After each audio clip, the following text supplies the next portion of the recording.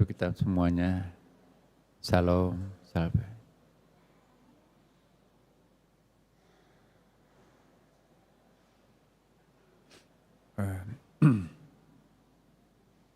Yang saya hormati Bapak Ibu sekalian,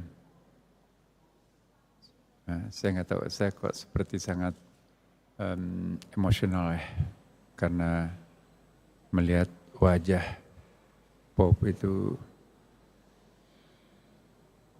seperti kami sangat terharu ya. Masih saya membayangkan ketika kami bersama di Masjid Istiqlal dan ketika kami mendapatkan undangan dari beberapa negara ya, untuk membahas tentang deklarasi Istiqlal dan Vatikan, Imam Besar dan Pope. Dan 2 poin yang sangat penting, saya mohon untuk kita semuanya, komunitas umat Katolik dan Islam, agar betul-betul memperhatikan pesan Pope. Yang pertama, betapa perlunya mengedepankan dialog, perdamaian, bukan dengan cara-cara kekerasan, karena kekerasan tidak akan pernah menyelesaikan persoalan secara konstruktif. Yang kedua, ini yang sangat baru, bagaimana menggunakan bahasa agama, mengajak kepada warga, umat beragama, untuk sadar sepenuh hati, bersahabat dengan lingkungan hidup, lingkungan alam. Jadi kita jangan sampai merusak alam, mempercepat proses dunia ini kiamat.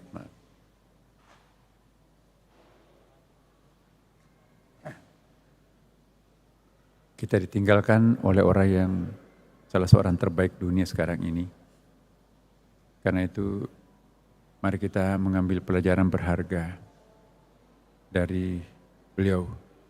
Memang beliau sudah wafat, tapi insya Allah akan tetap hidup pesan-pesannya di dalam batin kita. Ya.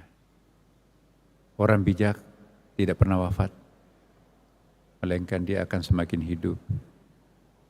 Ya, seperti lilin yang menyala di dalam kalbu kita dan dalam pikiran kita masing-masing. Kemanapun kita pergi, di situ ada cahaya.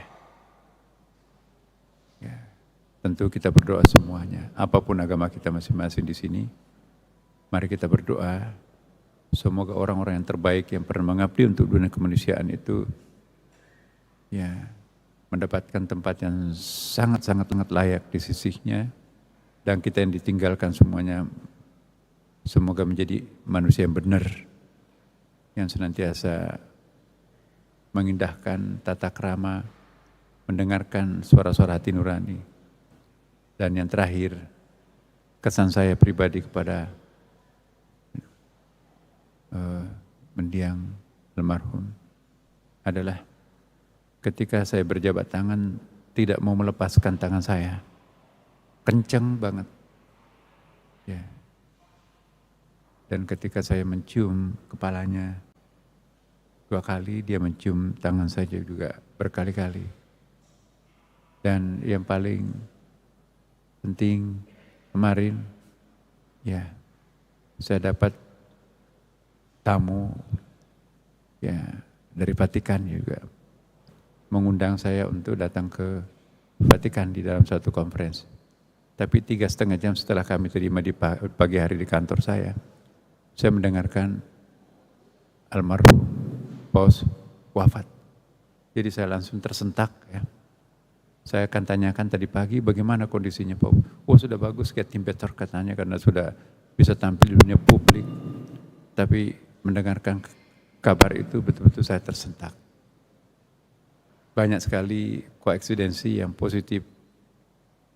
Beliau masuk rumah sakit karena sakit. Pas hari itu juga saya masuk rumah sakit, kaki saya tergelincir putus. Jadi ini apakah itu koeksidensi kebetulan atau bagaimana ya. Tapi yang jelas kita merasa kehilangan, ditinggalkan oleh orang-orang yang terbaik. yang ada di permukaan bumi ini. Mudah-mudahan kita semua bisa mencontoh, sekecil apapun yang bisa kita contoh dari beliau. Syukur-syukur kita bisa mencontoh lebih banyak. Mari kita menjadi manusia sejati, meniru apa yang dilakukan oleh beliau.